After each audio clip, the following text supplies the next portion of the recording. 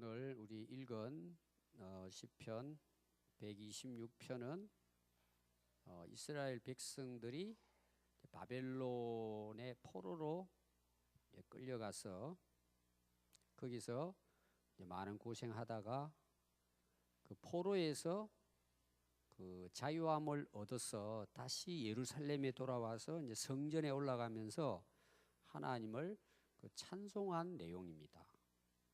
그래서 우리가 그 시편 이제 앞에 내용을 보면 어떤 내용이 있느냐 하면 이스라엘 백성들이 나라를 잃고 이제 바벨론에 이제 포로로 가서 생활하는데 그 어떤 그 생활을 상당히 이제 상징적으로 표현한 게 있어요.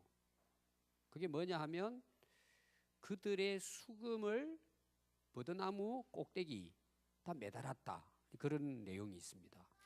수금은 오늘로 말하면 이제 현악기입니다. 현악기. 하나님을 그 찬양할 때에 악기 소리와 함께 이제 찬양을 했습니다. 근데 포로로 끌려가니까 예배당에 올라가 가지고 찬송을 할 수가 없잖아요. 굉장히 상징적인 표현이에요. 그래서 그 찬양을 하면서 춤을 추면서 하나님 앞에 예배를 드렸는데 그걸 못 드린다는 의미입니다. 그걸 이제 버드나무 이 꼭대기에다가 걸어놓고는 그들이 소원이 뭘까요? 그 수금을 바라보면서 언제 우리가 다시 예루살렘 성전에 올라가서 이 악기를 그 연주하면서 하나님을 언제 마음껏 예배하고 찬양할까? 그걸 고대하고 또 기도하고 그 하나님의 약속의 때를 기다렸습니다.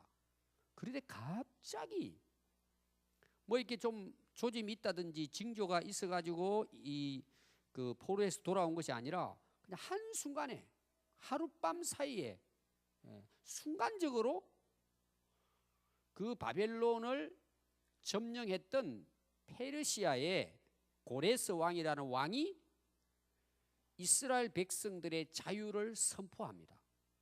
그냥 하루아침에 하나님께서 이제 그렇게 하신 것이죠. 그러니까 이게 어느 정도 이렇게 좀 준비가 되어진 상태에서 이 해방이 됐으면은 좀 이게 좀 감이 덜할 텐데 이게 뭐 갑자기 이제 너희들 예루살렘 성에 돌아가서 예배드리라, 자유다 오늘부터, 그걸 선포를 한 거예요. 그래서 오늘 그 내용을 보면 꿈을 꾸는 것 같다, 이 상상이 안 되는 그런 역사가 일어난 것입니다. 그래서 하나님께서 그들을 70년 동안 바벨론에서 이제 그 포로 생활을 합니다. 딱 70년이 아니에요. 먼저 돌아온 사람도 있고 뒤에 돌아온 사람도 있고 거기 또 뭐 집 짓고 사는 사람도 있고 여러 그 부류가 있지만 어찌 되든 그들이 이제 그 돌아옵니다. 근데 그 돌아올 때 이스라엘 백성들이 고생만 했을까? 절망하고 좌절만 했을까? 오히려 그들은 돌아와서 하나님을 찬송하는 내용을 보면 그들은 정금이 돼서 돌아온 거예요. 그 고난의 불덩이 속에서 그동안의 지저분하고 불순물들이 제거가 된 거예요. 하나님의 또 목적도 거기 있는 거죠.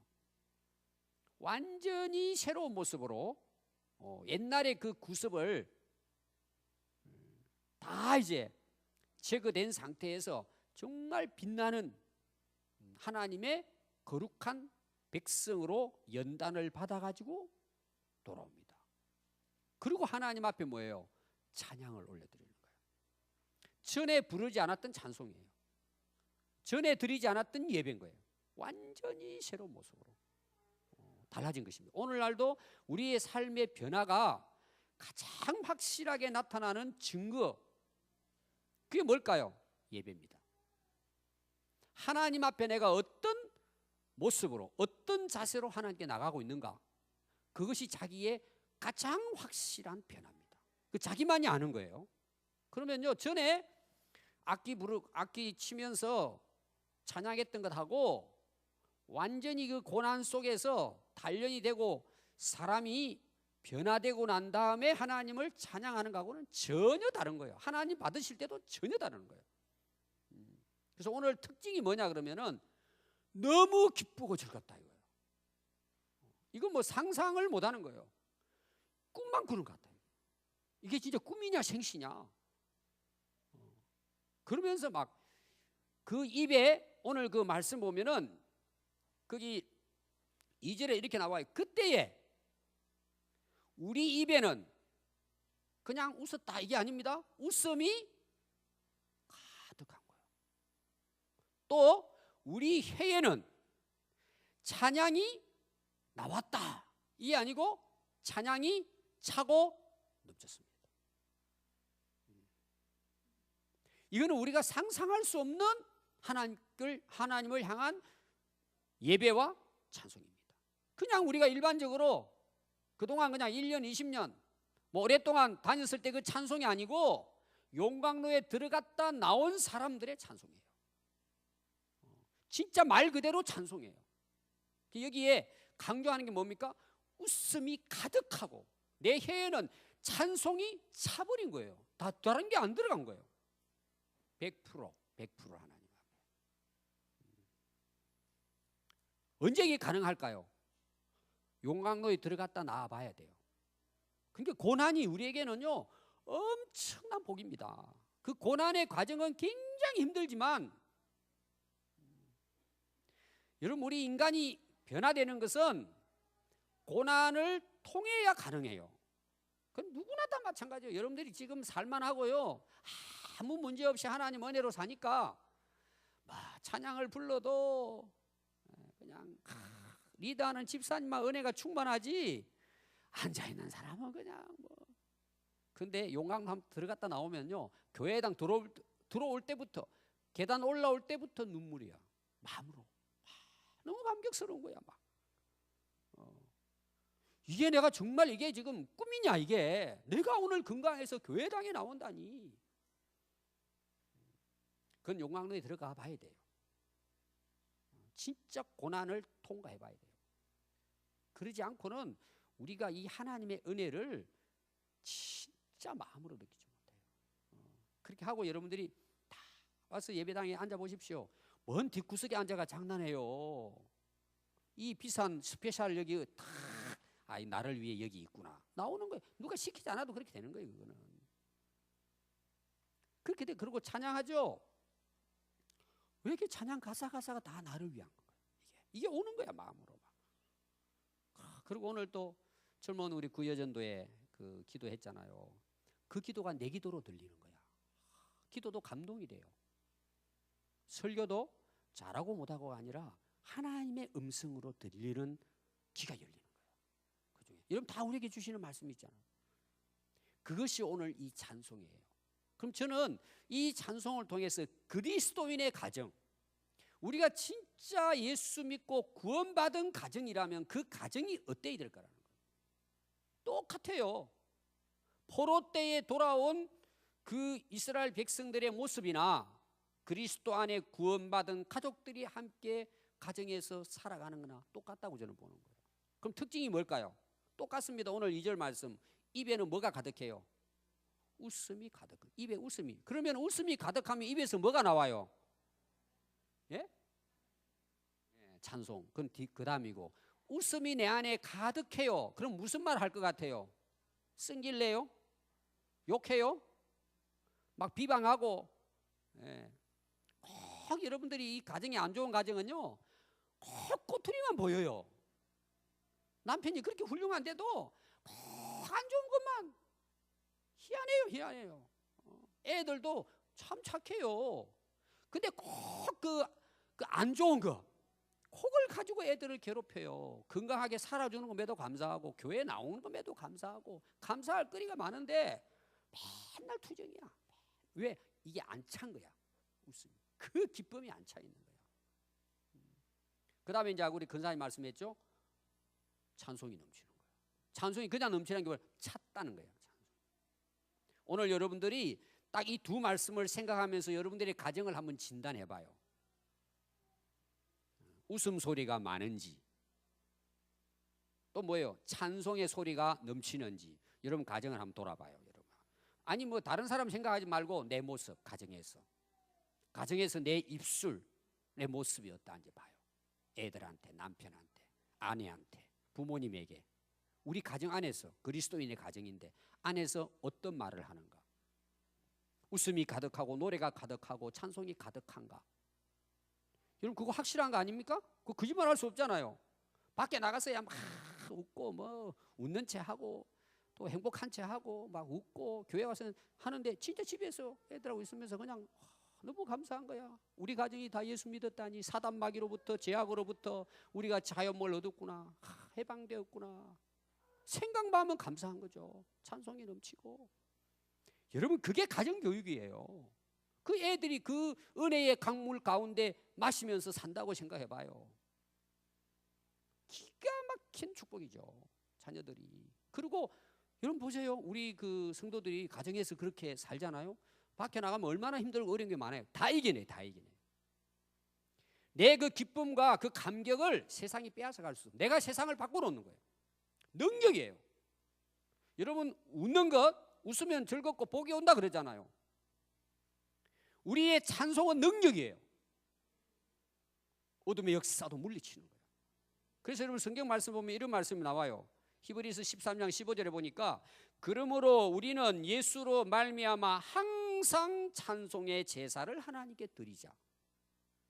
이는 그 이름을 정은하는 입술의 열매니라. 열매예요. 여러분 살아가는 삶의 열매예요. 입에서 나오는 것이. 우리 안에 기쁨이, 웃음이 가득 차고 찬송이 가득 찼다. 열매, 열매. 승리하는 거예요. 뭐로? 그리스도로 말미암아. 저는 여러분들의 가정이 이렇게 변화되기를 바라요. 오늘 제목처럼 웃음과 찬양이 가득한 가정. 근데 누군가는 앞에 뭐예요? 깃발 들어야 돼요. 여러분 가정에 가보면은 진짜 속 상하는 일만 더 많죠. 어떻게 보면 내가 딱 선두주자가 되는 거예요. 나부터 은혜 받고 내가 해보는 거예요. 아이고 우리 목사님 우리 집안 걸렀어요. 이거 보면 그렇게 생각하는 그 사람이 하면 돼요. 누군가 해야 되잖아요. 선두주자가 있어야 되잖아요. 하는 거야. 오늘 그 낮의 말씀처럼 사랑하는 마음을 가지고 끈기를 가지고 인내하면서 내가 먼저 은혜 받고 우리 가정에 스마일이 되는 거야. 우리 옆에 있는 분들하고 한번 얼굴 봅시다. 스마일이 됩시다. 좀 얼굴 좀 펴고 삽시다. 내가 만드는 거예요. 내가 만들면 돼요. 내가 은혜 받으면 되게 돼 있어요. 되는 거예요.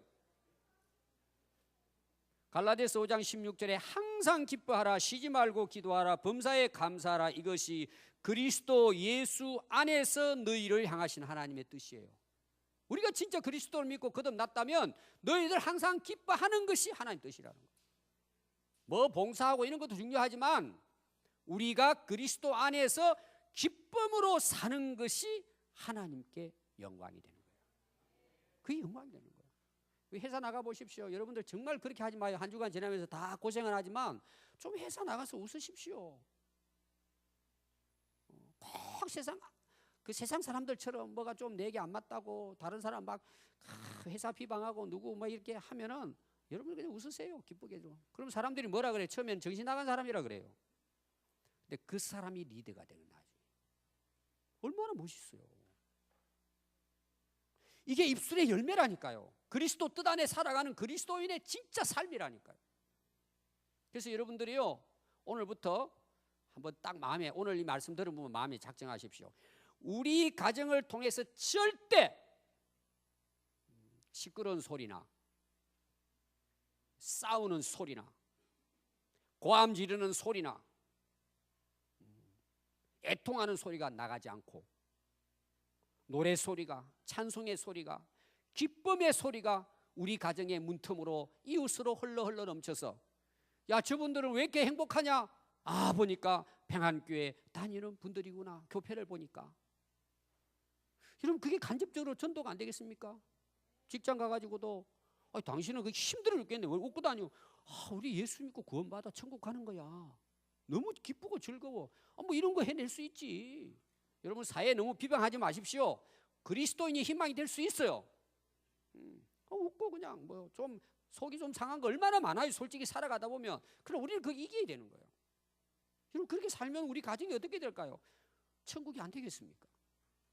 오늘 여러분 마음에 참 하다 보면은 진짜 속 상하는 게 많지 않아요?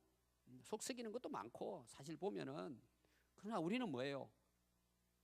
구원받은 은혜를 생각하니까, 천국 갈 소망을 생각하니까 그것도 뭐예요? 이길 수 있는 것입니다. 그게 뭐라고요? 오늘 결론입니다. 웃음과 찬양이 가득한 우리 가정. 저는 우리 평안교회 모든 가정들이 이런 가정이 되어질 수 있기를 바랍니다. 기도하겠습니다.